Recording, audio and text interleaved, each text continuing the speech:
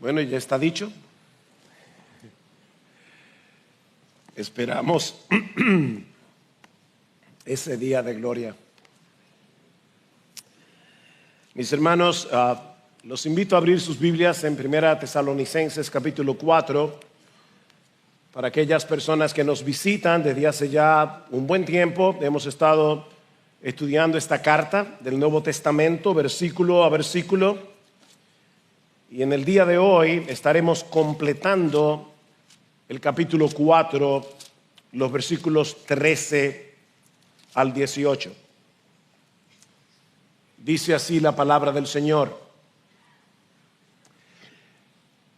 Pero no queremos, hermanos, que ignoréis acerca de los que duermen, para que no os entristezcáis como lo hacen los demás que no tienen. Porque si creemos que Jesús murió y resucitó, así también Dios traerá con él a los que durmieron en Jesús. Por lo cual os decimos esto por la palabra del Señor, que nosotros los que estemos vivos y que permanezcamos hasta la venida del Señor, no precederemos a los que durmieron, pues el Señor mismo descenderá del cielo con voz de mando, con voz de arcángel y con trompeta de Dios, y los muertos en Cristo se levantarán primero. Entonces nosotros, los que estemos vivos y que permanezcamos, seremos arrebatados juntamente con ellos en las nubes al encuentro del Señor en el aire, y así estaremos con el Señor siempre. Por tanto, confortaos unos a otros con estas palabras. Animémonos unos a otros con estas palabras. Cristo vendrá otra vez. Vamos a orar. Señor, hemos cantado de la segunda venida de tu Hijo. Ahora vamos a predicar acerca de la segunda venida de tu Hijo. Y tú sabes, Señor, que el anhelo de nuestro corazón no es crear controversia sobre este tema. El anhelo de nuestro corazón es generar esperanza. Ayúdanos, oh Señor, a exponer fielmente este pasaje de tu palabra y dale a Iglesia Bíblica del Señor Jesucristo oídos para oír, un corazón para recibirla y la determinación de vivir a la luz de esta gloriosa y bendita esperanza. Porque te lo pedimos en el precioso nombre de Cristo. Amén. La muerte no es un tema popular. De hecho, algunas personas evitan asistir a los funerales para no tener que pensar en eso. Ahora, si bien es cierto que tú puedes evadir el tema, de ninguna manera vas a poder evadir el hecho. La muerte es como una sombra que nos persigue desde el mismo día que nacemos. Algunas personas, científicos, están tratando de disminuir la tasa de mortalidad. No, eso es una tontería. La tasa de mortalidad siempre será el 100%. En cierta ocasión me topé con una frase que decía: come adecuadamente, haz ejercicio regularmente y muérete a pesar de todo. Ese no es el tipo de eslogan que tú vas a encontrar en los gimnasios, pero es una realidad. Ahora, cuando es un cristiano el que muere, la muerte no es una separación definitiva y mucho menos un viaje incierto. En los 40 años que llevo ya pastoreando esta iglesia, he tenido el privilegio de predicar la palabra en muchos funerales y he visto la enorme diferencia de tener que despedir a un ser querido del cual tenemos la completa certeza de que está con el Señor y de que lo volveremos a ver. Y no porque era bueno y decente, sino porque puso su confianza en Cristo cuando todavía tenía tiempo de hacerlo. Y es precisamente acerca de este tema que trata este pasaje que acabamos de leer en la primera carta de Pablo a los tesalonicenses. Como hemos visto a lo largo de esta serie, Pablo y su equipo fundaron esta iglesia en su segundo viaje misionero, pero debido a la persecución que se levantó contra ellos, no pudieron permanecer en la ciudad por mucho tiempo. Así que no tuvieron la oportunidad de instruirlos adecuadamente, detalladamente en ciertas doctrinas, lo que generó cierta confusión andando el tiempo, especialmente con el tema de la segunda venida de Cristo. Al parecer, algunos de sus miembros habían fallecido y los demás se preguntaban qué había pasado con ellos y sobre todo, ¿tendrán alguna participación en la segunda venida del Señor?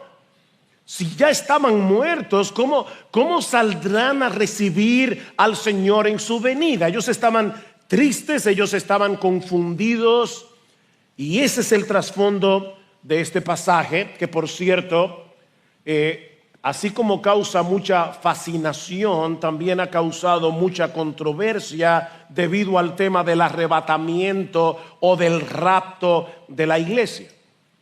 Hasta principios del siglo XIX era ampliamente aceptado por los cristianos que la venida de Cristo era un solo evento que sería de bendición para los creyentes y de juicio para los incrédulos. Pero a principios del siglo XIX, específicamente alrededor del 1830, un predicador y maestro de las escrituras inglés llamado John Nelson Darby desarrolló y popularizó la idea del rapto de la iglesia como lo conocemos hoy, donde los creyentes serán llevados al cielo antes de un periodo de tribulación en la tierra, seguido del regreso de Cristo públicamente. Darby decía que nosotros los cristianos no estamos a la espera de la segunda venida, decía él. Estamos a la espera del rapto de la iglesia. Esa enseñanza se hizo inmensamente popular a través de la Biblia de referencia de Scofield, publicada en el año 1909, que adopta y promueve muchas de las interpretaciones y cronologías propuestas por Darby. En años recientes, el tema del rapto secreto se ha dado a conocer a nuevas generaciones a través de películas como Ladrón en la Noche, a través de series como Dejados Atrás de Tim LaHaye, Henry Jenkins, que se estrenó en el año 2000. Ahora, antes de pasar a considerar nuestro texto, yo debo decir dos cosas. La primera, hermanos, es que no es mi intención entrar en esa controversia. Yo estoy aquí como un pastor exponiendo la palabra y estoy tratando de exponer este pasaje con la intención por el cual este pasaje fue escrito. Aunque yo voy a dar mi parecer, obviamente, al respecto, y de hecho voy a dar algunas razones de por qué esta iglesia, no Sungel Michelén, esta iglesia, por qué nosotros creemos lo que creemos. En la medida de lo posible yo quisiera concentrarme en la exposición de este pasaje y en la razón pastoral por el cual este pasaje fue escrito. Eso es lo primero. Lo segundo es que de ninguna manera, y digo esto delante del Señor, quisiéramos ofender a hermanos nuestros en Cristo que piensan diferente a nosotros en este tema. Tengo muy buenos amigos en el Señor a quienes amo y respeto y con quienes tenemos una muy buena relación, que creen en este esquema propuesto por Darby de una doble venida de Cristo y en un rapto secreto.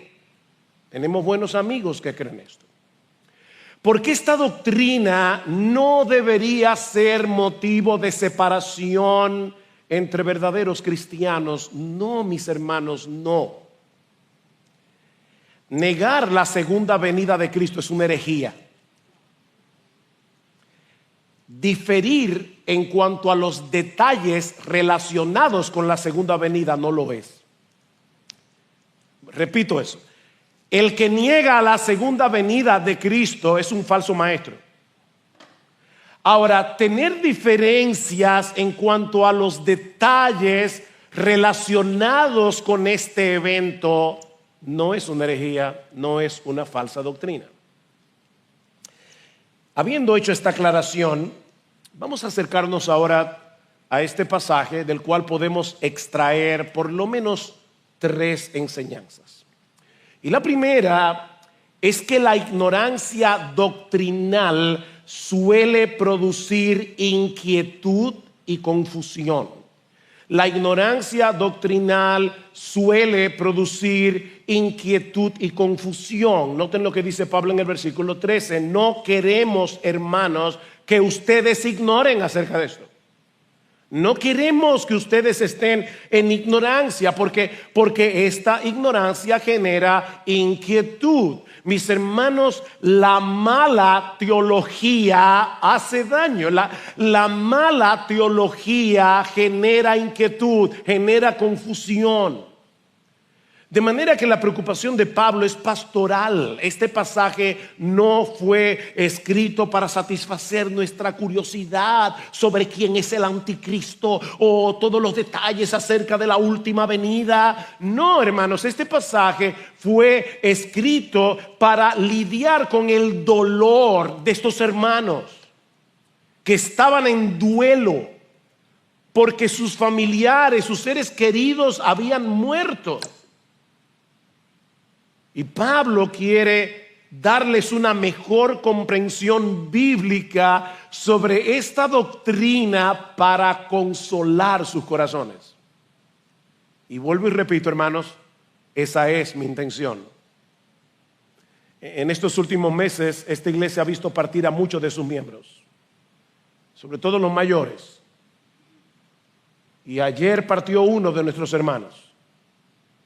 Lo que queremos es traer consuelo.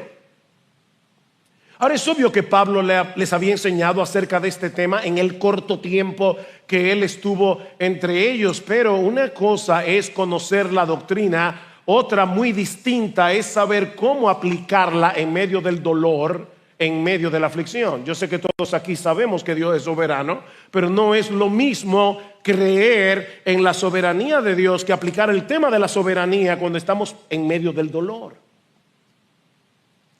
Cuando algunos miembros de la iglesia fallecieron, entonces comenzaron a llegar las preguntas: ¿qué pasó con ellos?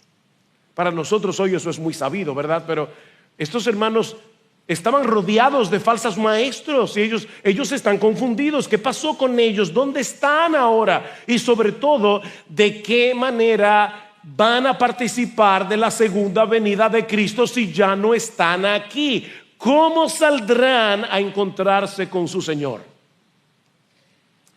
Estos hermanos necesitaban más instrucción acerca de este asunto. Vean una vez más el versículo 13. Pero no queremos, hermanos, que ignoréis acerca de los que duermen, para que no os entristezcáis como lo hacen los demás que no tienen esperanza. Hermoso que Pablo se refiere a los creyentes que han partido como aquellos que duermen. En el versículo 14 dice los que durmieron en Jesús. Y por si acaso, la idea no es que los creyentes que han fallecido están literalmente dormidos, están sumidos en la inconsciencia esperando el día de la resurrección. No, mis hermanos, tan pronto un creyente muere, parte de inmediato en su alma a la presencia del Señor. Cristo le dijo al ladrón en la cruz: hoy estarás conmigo en el paraíso. En 2 Corintios capítulo 5 versículo 8, Pablo dice: yo prefiero partir y estar con Cristo, lo cual es muchísimo mejor. Filipenses, versículo 1, capítulo 1 versículo 23, yo partir y estar con Cristo. O dice en el capítulo 5, versículo 8, 2 Corintios 5, 8, cuando uno muere, está fuera del cuerpo, pero presente al Señor. ¿Ven? Presente al Señor inmediatamente y bien despiertos. Pero sus cuerpos permanecen dormidos hasta que sean despertados en la resurrección. La palabra griega que se usa para dormir es la palabra koimao, y es por eso que el lugar donde se entierra a los muertos, los griegos le llamaban el koimeterion, o sea, el lugar de dormir, de donde viene nuestra palabra cementerio. El cementerio es el lugar donde duermen los cuerpos de los que han muerto. Los cuerpos de aquellos que durmieron en Jesús, es decir, que murieron siendo cristianos, que murieron habiendo estado unidos a Cristo por la fe, dice Pablo, van a ser despertados en la resurrección. Por eso están sus cuerpos dormidos, porque van a despertar en la resurrección.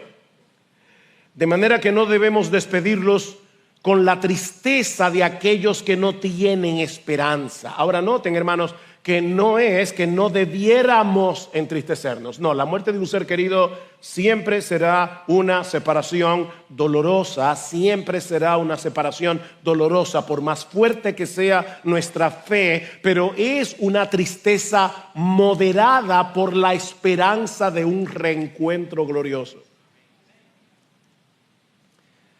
La primera vez que yo experimenté el impacto de esta separación fue con la muerte de nuestra madre en octubre del año 1982. Ella tenía 49 años de edad, yo tenía 23 años de edad. Y hermanos, fue un dolor indescriptible. Yo no puedo describirles el dolor mío de mis hermanos. Y era un dolor que volvía en olas, porque cada vez que sucedía algo importante, mi mamá, nosotros decíamos que ella lo gozaba todo. Y cada vez que nosotros teníamos algo importante, la primera impresión era ir a ver a mi mamá para contarle. Y cada vez que pasaba algo en nuestra vida y pensábamos, voy a contarle a mami, entonces ahí venía el dolor. Ella ya no está, ella ya partió. Pero esa tristeza tiene el contrapeso de la esperanza ciertísima de que la volveremos a ver. No hay duda de eso.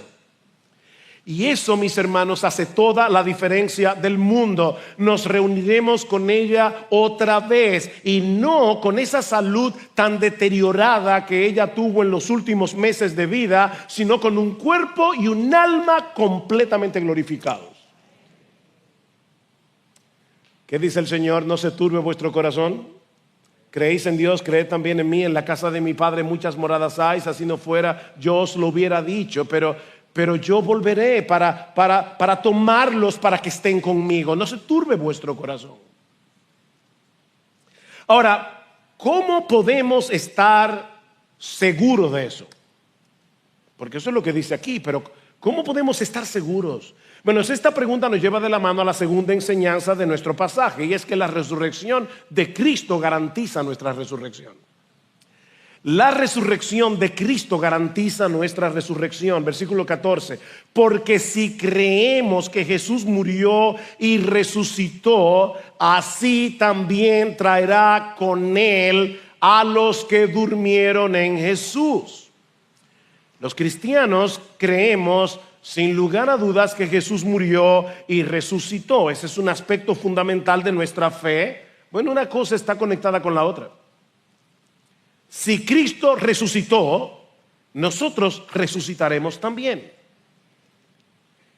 Hermanos, ¿cuál es el gran capítulo del Nuevo Testamento con respecto a la doctrina de la resurrección? Bueno, yo espero que todos ustedes hayan pensado en 1 Corintios 15. Este es el gran capítulo del Nuevo Testamento. Pablo presenta allí una serie de pruebas de que Jesús resucitó, incluyendo el hecho de que se le apareció al mismo Pablo cuando iba camino a Damasco para seguir persiguiendo a cristianos. El Cristo resucitado transformó al perseguidor Pablo en el apóstol Pablo. Cristo resucitó.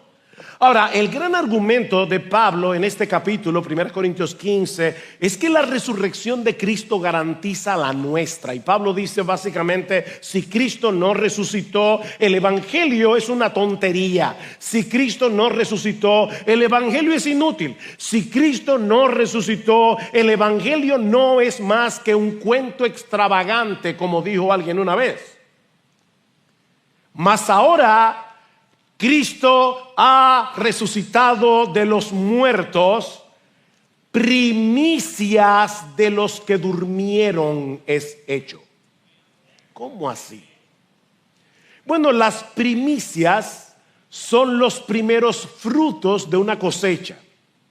De manera que lo que Pablo está diciendo aquí es que la resurrección de Cristo es como los primeros frutos que anuncian una gran cosecha de resucitados. Eso es lo que está diciendo. Su resurrección garantiza la nuestra. ¿Por qué? Porque nosotros estamos unidos a Él. Recuerden, hermanos, los que durmieron en Jesús, los que murieron en Cristo, nosotros estamos unidos a Él como el cuerpo está unido de la cabeza. Yo siempre le digo a la gente, apúntame eso ahí porque mira, yo me olvido de muchas cosas. No me olvido de la cabeza porque la tengo pegada del cuerpo. Eso le dice una señora en una tienda. Pero ¿saben qué? Esa es una verdad, es una gloriosa verdad. Porque si la cabeza resucitó, el cuerpo tiene que resucitar también. Estamos unidos a Cristo. Así que dice Pablo, los que estemos vivos, los muertos resucitarán. Y los que estemos vivos cuando el Señor regrese, no tendremos ventaja sobre los que se han ido.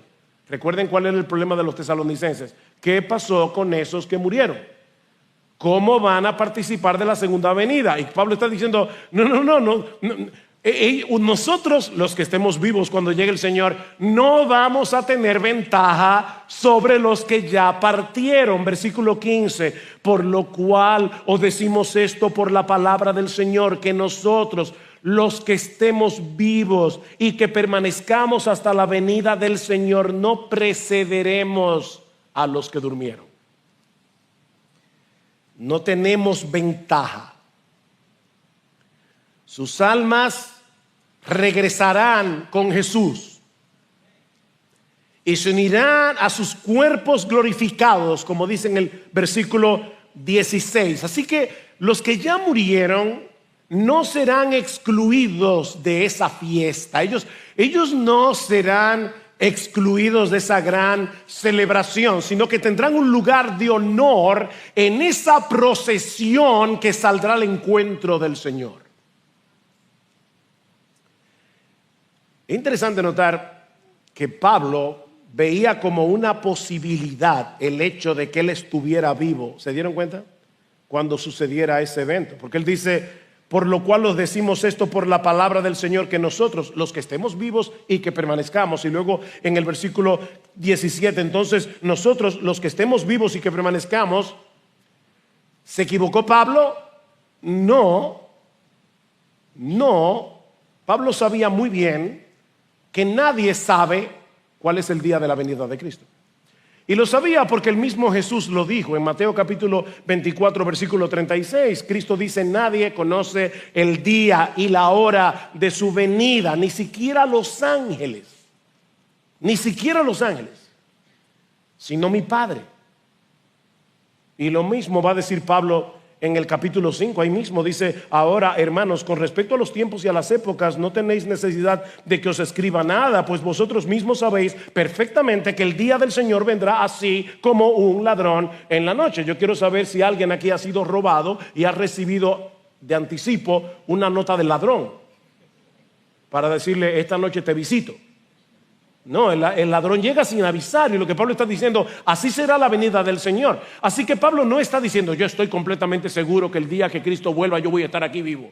No, de ninguna manera. Lo que Pablo está planteando aquí en su ignorancia del tiempo y la hora, porque él no lo sabe tampoco, es la posibilidad sin garantía de que Él estuviera aquí. Y Él está diciendo, bueno, los que estemos aquí, si es que yo estoy aquí. Y lo sabemos porque en otros textos como 2 Corintios capítulo 4 versículo 14, Pablo dice que los cristianos sabemos que aquel que resucitó al Señor Jesús, a nosotros también nos resucitará. Ahora Pablo se está incluyendo entre los que van a estar muertos cuando llegue el Señor y que van a ser resucitados. Así que él no sabía con certeza si Cristo habría de regresar durante su vida. De hecho, Pablo sabía que algunas cosas tienen que suceder antes de la segunda venida de Cristo. Hermanos, déjenme hacerles una pregunta porque es muy popular que la gente diga Cristo puede venir en cualquier momento. ¿De verdad? Como la Biblia dice que viene como ladrón en la noche, eso no quiere decir en cualquier momento. Eso quiere decir que tú y yo no sabemos cuándo es. No quiero ser irreverente, pero Cristo pudiera venir en los próximos 15 segundos o en los próximos 10 o en los próximos 5, porque Pablo sabía que no. Él está diciendo, es probable que yo esté vivo, pero Pablo sabía que algunas cosas tienen que suceder antes de la segunda venida. Desde la perspectiva de Pablo, él sabía que el templo de Jerusalén tenía que ser destruido, porque Cristo lo profetizó en el año 70. Así que Pablo sabía que Cristo no podía llegar en cualquier momento hasta que el templo no estuviera destruido en la ciudad de Jerusalén. En el capítulo 2 de Segunda Tesalonicenses, Pablo dice, no se dejen inquietar por aquellos que están diciendo que ya Cristo vino y que llegó el rapto de la iglesia, el arrebatamiento de la iglesia, porque eso no sucederá sin que antes venga el anticristo en el contexto de una gran apostasía religiosa. Así que Pablo sabía que algunas cosas tenían que suceder antes de la segunda venida. Pero los cristianos de todas las generaciones debemos vivir con esa expectativa. Mis hermanos, el Señor pudiera regresar durante nuestra vida. ¿Tú crees eso? Eso pudiera suceder. Esa es la esperanza bienaventurada del cristiano, como dice Pablo en Tito 2:14. Debemos vivir a la espera de nuestro Señor. ¿Y sabes lo que va a pasar cuando tú vivas a la espera del regreso de tu Señor? Como tú no sabes cuándo es, puede ser antes de que tú te mueras. ¿Tú lo crees? ¿Y qué pasará cuando tú vivas a la luz de esa expectativa? Déjame hacerte una pregunta. Mi hermano, ¿qué pasaría si tú supieras con toda certeza que el presidente de la República, nuestro presidente, va a visitar tu casa antes de las elecciones de mayo? Fíjate, tú no sabes qué día es, pero tú sí sabes que antes de las elecciones el presidente va a tu casa. ¿Cómo te impactará esa noticia? Y yo estoy seguro que tú vas a arreglar algunas cosas. Yo estoy seguro que en tu agenda eso tiene prioridad. Bueno, lo que Pablo está diciendo aquí es que nuestra prioridad, lo que debe afectar nuestra agenda día tras día, es la venida de nuestro Señor. Cristo viene y eso es más seguro y es más importante, 1000 veces más importante que cualquier presidente visite tu casa mañana. Cristo vuelve. Y nosotros debemos vivir a la espera de su regreso. ¿Saben por qué? Porque la espera del regreso de Cristo produce santidad en el creyente. Dice Primera de Juan capítulo 3 que nosotros sabemos que cuando Él se manifieste seremos semejantes a Él porque le veremos tal como Él es. Y todo aquel que tiene esta esperanza en Él se purifica a sí mismo, así como Él es puro. Eso pudiera suceder durante nuestra vida aquí en la tierra. Ahora, sea que estemos vivos o que estemos muertos, ningún cristiano será excluido de esa fiesta, de esa celebración. Lo que nos lleva a la tercera enseñanza de nuestro pasaje. Y es que en la segunda venida de Cristo, todos los cristianos de todas las épocas, saldremos a encontrarnos con Él para estar para siempre con Él. ¿Qué dice el versículo 16? Pues el Señor mismo descenderá del cielo con voz de mando, literalmente con un grito de mando, con voz de arcángel y con la trompeta de Dios, y los muertos en Cristo se levantarán primero. Entonces nosotros, los que estemos vivos y que permanezcamos, seremos arrebatados juntamente con ellos en las nubes al encuentro del Señor en el aire, y así estaremos con el Señor siempre. Gloria al Señor. Solo leer ese texto ya basta para decir, wow, sí, ven, Señor Jesús. Ahora, ¿notaron, hermanos, que Pablo no está hablando aquí de un evento silencioso? Que Pablo no está hablando aquí de un regreso secreto del Señor, a escondidas. No, su regreso en gloria será bien ruidoso. Eso es lo que Pablo está diciendo aquí. Su regreso en gloria será muy ruidoso.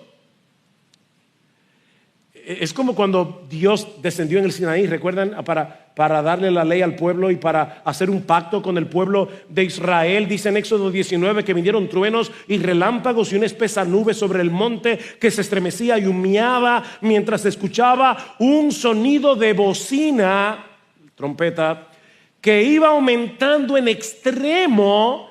Y luego dice Moisés en Éxodo 19, que cuando Dios habló con voz tronante. ¿Ven cómo se parece a lo que dice Pablo aquí? Pues el Señor mismo descenderá del cielo con voz o con un grito de mando. Pablo no dice de quién es esa voz. Simplemente dice con voz de mando. Pero el contexto da a entender que se trata de la voz del mismo Cristo. No solo anunciando que la hora final ha llegado, sino también llamando a los suyos a salir de sus tumbas. Esa voz que resucitó a Lázaro, ¿recuerdan? Retumbará otra vez desde el cielo.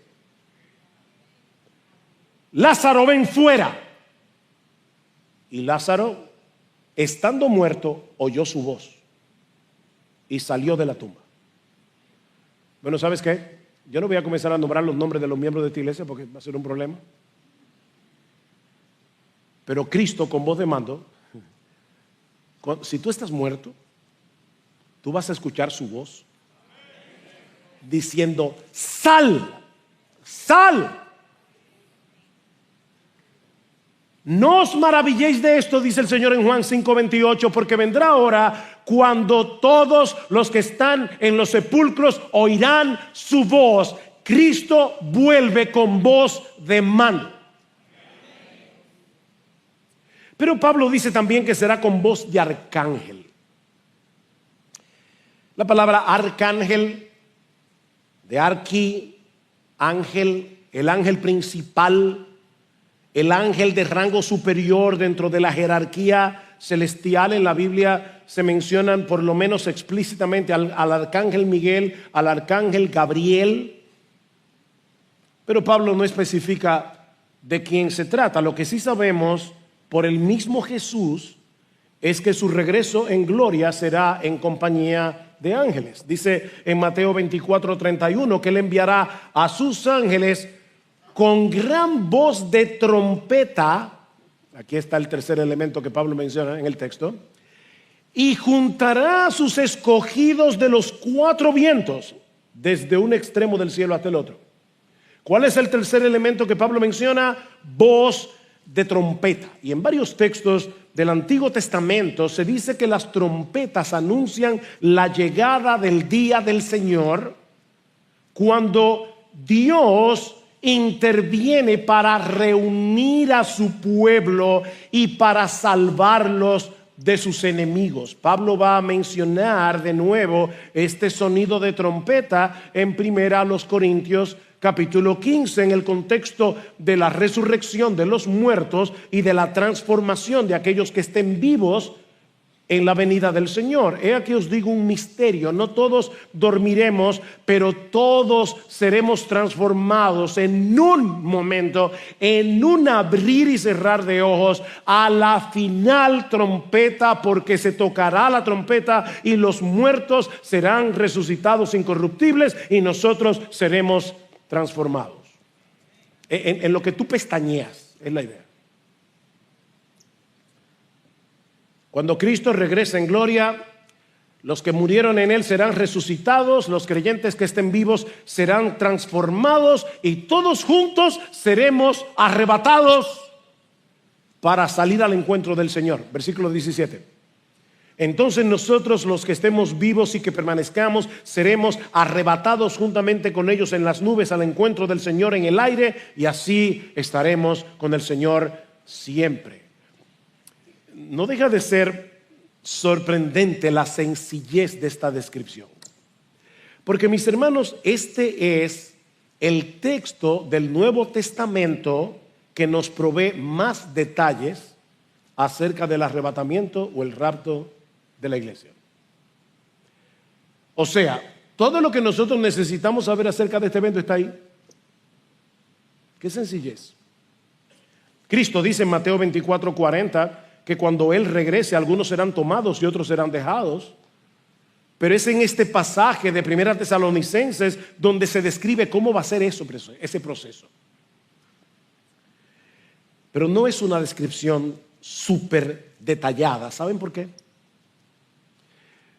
Porque, a diferencia de lo que sucede hoy, en medio de lo que yo llamaba el domingo pasado, una histeria escatológica que hay en algunas iglesias, una histeria con respecto al tema de los últimos días, muy diferente a lo que sucede hoy en algunos contextos, mis hermanos, el énfasis de este pasaje no está en el arrebatamiento. Ese no es el tema. El tema de este pasaje es nuestra reunión con Cristo y con los suyos en su venida. Ese es el énfasis. Mis hermanos, la profecía bíblica no tiene el propósito de satisfacer nuestra curiosidad por el futuro. La profecía bíblica no tiene el propósito de que tú leas la Biblia como si la Biblia fuera el periódico de hoy o de ayer o de mañana, escrito hace 1000 años. El propósito de la profecía bíblica es alimentar nuestra esperanza y es animarnos a ser santos. Y aquí tenemos suficiente información como para tener una idea de cómo será ese encuentro con nuestro Señor en su venida. Este pasaje no responde todas nuestras preguntas acerca de los detalles de este evento, pero nos asegura sin lugar a dudas que Cristo volverá y que nosotros nos reuniremos con Él. La segunda venida de Cristo ocupa un lugar preponderante en las Escrituras. 23 de los 27 libros del Nuevo Testamento mencionan la segunda venida de Cristo. 1 de cada 30 versículos del Nuevo Testamento o habla directamente de la segunda venida o de algún evento relacionado con la segunda venida. Hermanos, es obvio que el Espíritu Santo quiso darle mucha importancia al tema de la segunda venida. ¿Sabes por qué? Porque tú y yo debemos vivir a la espera de ese evento. Sea que estemos vivos, sea que estemos muertos, cuando eso ocurra, nos reuniremos con Él.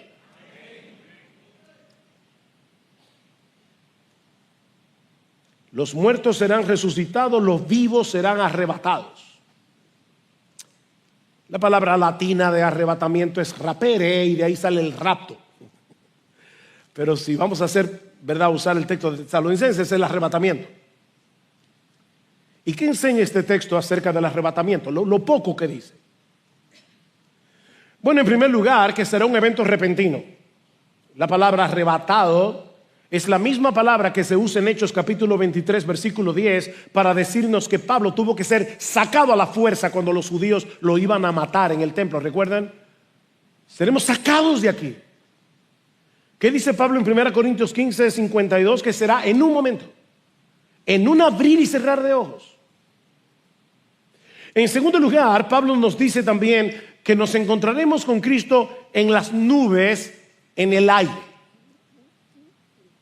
Cristo volverá con las nubes del cielo. Y esto es muy significativo porque las nubes siempre están presentes cuando el Señor viene a encontrarse con su pueblo, siempre. En el monte Sinaí dice: aconteció que al tercer día, cuando llegó la mañana, hubo truenos y relámpagos y una densa nube sobre el monte. Daniel capítulo 7, este texto es muy importante. Seguí mirando en las visiones nocturnas y he aquí con las nubes del cielo venía uno como un hijo de hombre, que se dirigió al anciano de días y fue presentado ante él y le fue dado dominio, gloria y reino. Cristo viene en las nubes. Mateo 24: entonces aparecerá la señal del Hijo del Hombre en el cielo, y entonces lamentarán todas las tribus de la tierra y verán al Hijo del Hombre viniendo sobre las nubes del cielo con poder y gran gloria. Este no es un evento secreto. Dice en Apocalipsis 1:7: todo ojo le verá.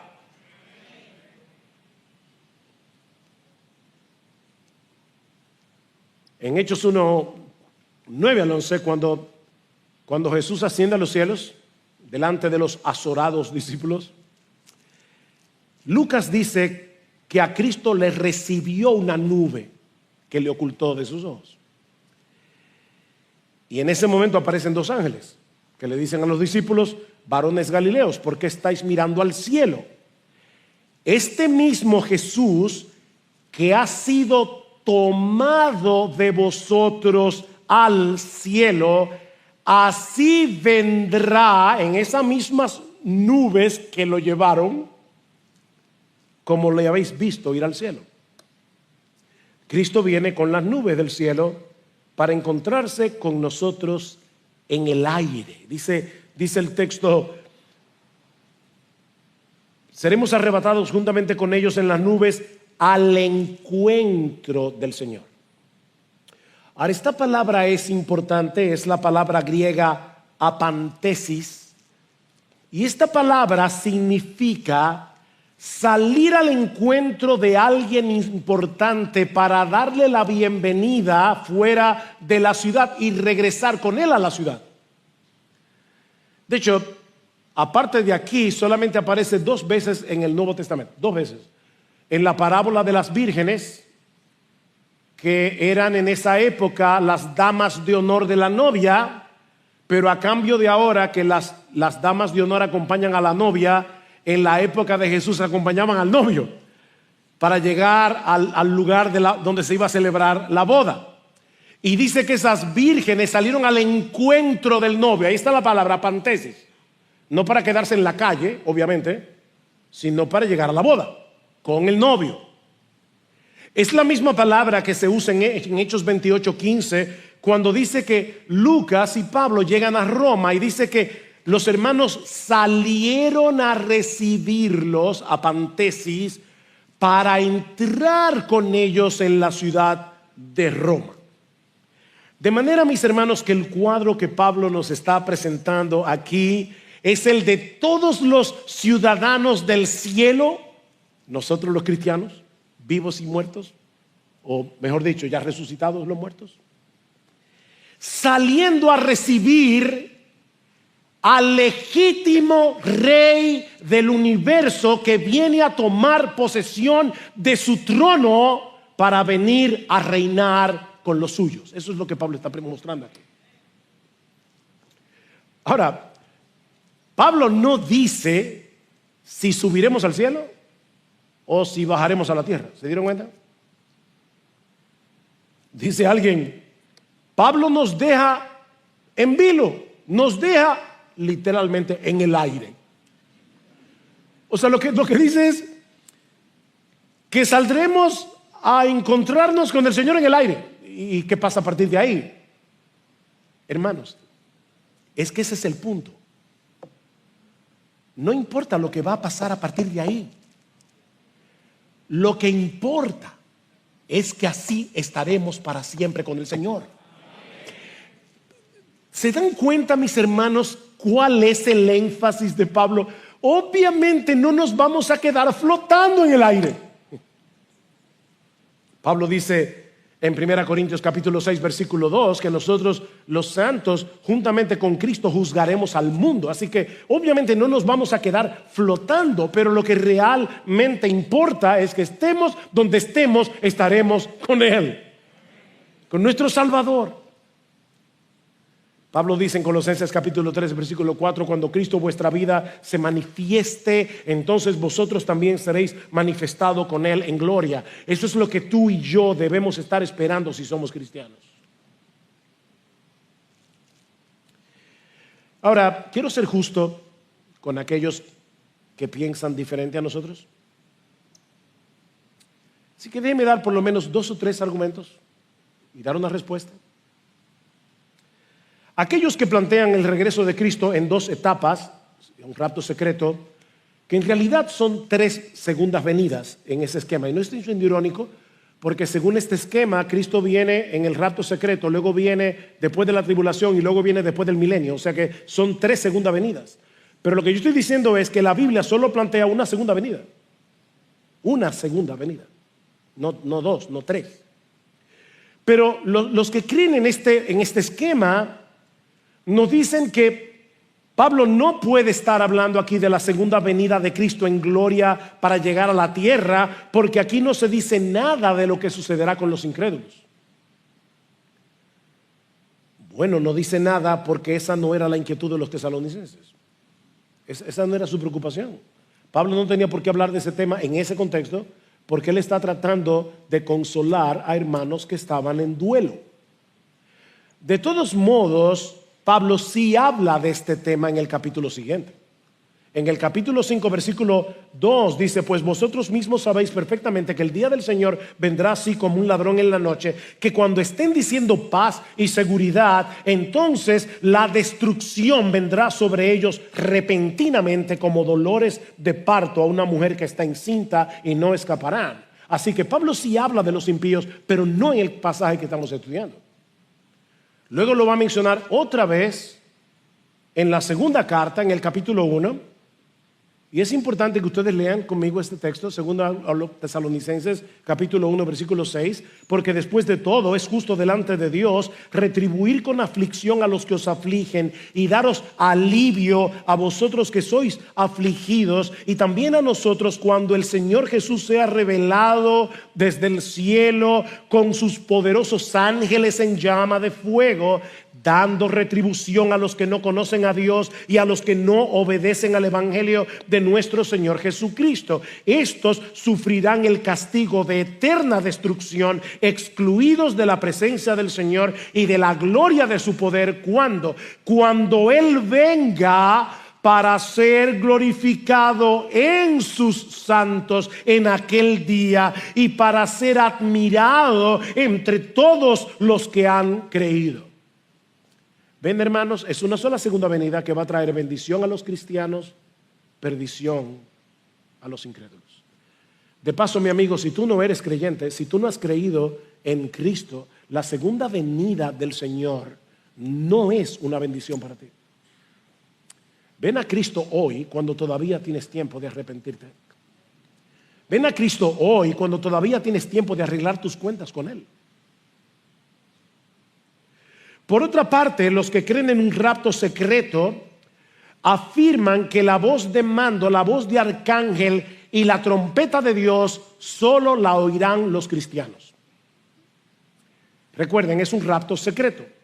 Cristo viene con voz de mando, con voz de arcángel, con trompeta de Dios, pero solo la escuchan los cristianos. El problema que yo tengo con esto es lo siguiente. Vamos a suponer por un momento que es así. Mis hermanos, la gente se va a dar cuenta que de repente desaparecieron millones de gente del mundo. Y ya el rapto no será secreto. Pero no solo eso, hay otro problema aquí. El sonido de la trompeta. La Biblia dice que en Primera Tesalonicenses, que está hablando obviamente del rapto o del arrebatamiento, que Cristo viene con voz de mando, con voz de arcángel y con trompeta de Dios. Bueno, los que creen en el esquema de dos segundas venidas dicen, bueno, Cristo viene con trompeta en el rapto secreto y luego viene con trompeta otra vez, porque así lo dice la Escritura, cuando venga a juzgar al mundo. Hay un problema con esto. Y es que en 1 Corintios capítulo 15 versículo 52 Pablo dice que en el momento en que los creyentes serán arrebatados se tocará la final trompeta, no la penúltima. Es la final trompeta. Es la trompeta que anuncia el final. ¿Ven el punto? Porque se tocará la trompeta y los muertos en Cristo serán resucitados incorruptibles y nosotros seremos transformados. Es a la final trompeta. Obviamente hay otros argumentos y contraargumentos acerca de este tema. Pero como les decía al principio, el propósito de Pablo en este pasaje y el mío también en esta mañana era animar a estos hermanos y enseñarles cómo animarse mutuamente, sobre todo en tiempos de duelo y de dolor. Versículo 18, por tanto, confortaos unos a otros con estas palabras. Maranata, Cristo viene. Hay tantas cosas que la gente le dicen a la gente que quieren consolar. No te preocupes que esto pasará. ¿Y cómo tú sabes eso? Pablo dice, confortaos unos a otros con estas palabras. ¿Con cuáles palabras? Cuando él dijo anteriormente, os digo esto en palabras del Señor. Así que lo que está diciendo es, no uses tus opiniones para consolar a otro. Usa la palabra. Anímense con la palabra de Dios y sobre todo con esta promesa. Esta palabra es nuestra fuente de consuelo en medio del dolor. Y esta palabra nos asegura que nos reuniremos con Cristo y con todos nuestros hermanos cuando Él regrese en gloria.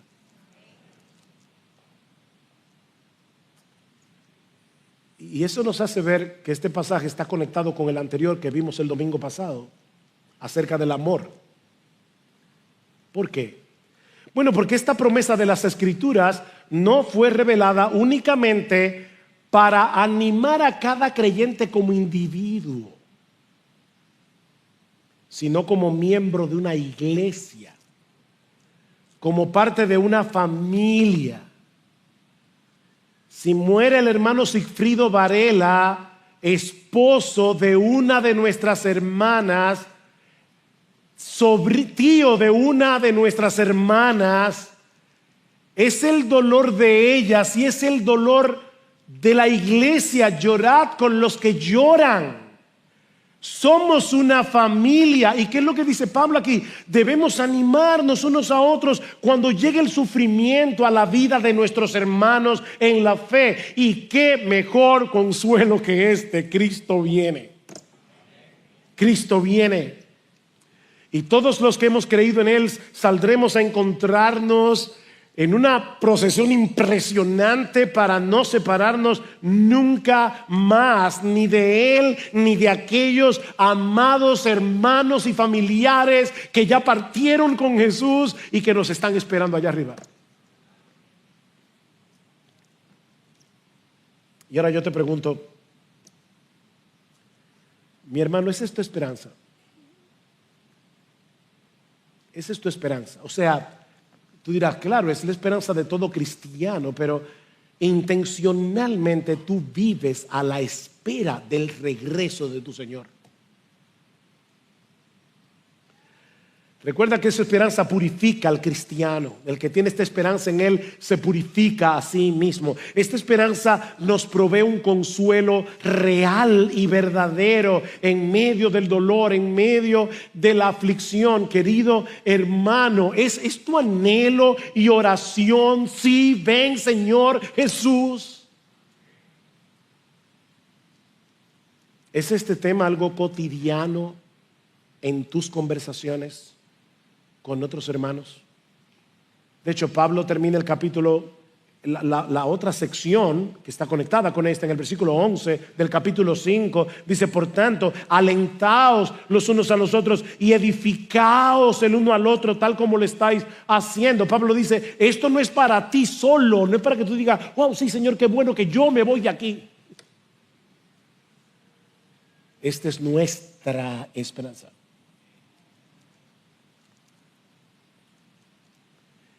Oh, mis hermanos, que el Señor grabe estas palabras en nuestros corazones y por su Espíritu nos mueva cada día a vivir aguardando, o como dice en Hebreos 9:28, esperando ansiosamente, no un aumento de sueldo, no una mejor salud, aunque todo eso, que si viene, qué bueno. Pero lo que esperamos ansiosamente, dice Pablo en Tito, es la esperanza bienaventurada y la manifestación gloriosa de nuestro gran Dios y Salvador Jesucristo. Nosotros vivimos esperando a nuestro Señor.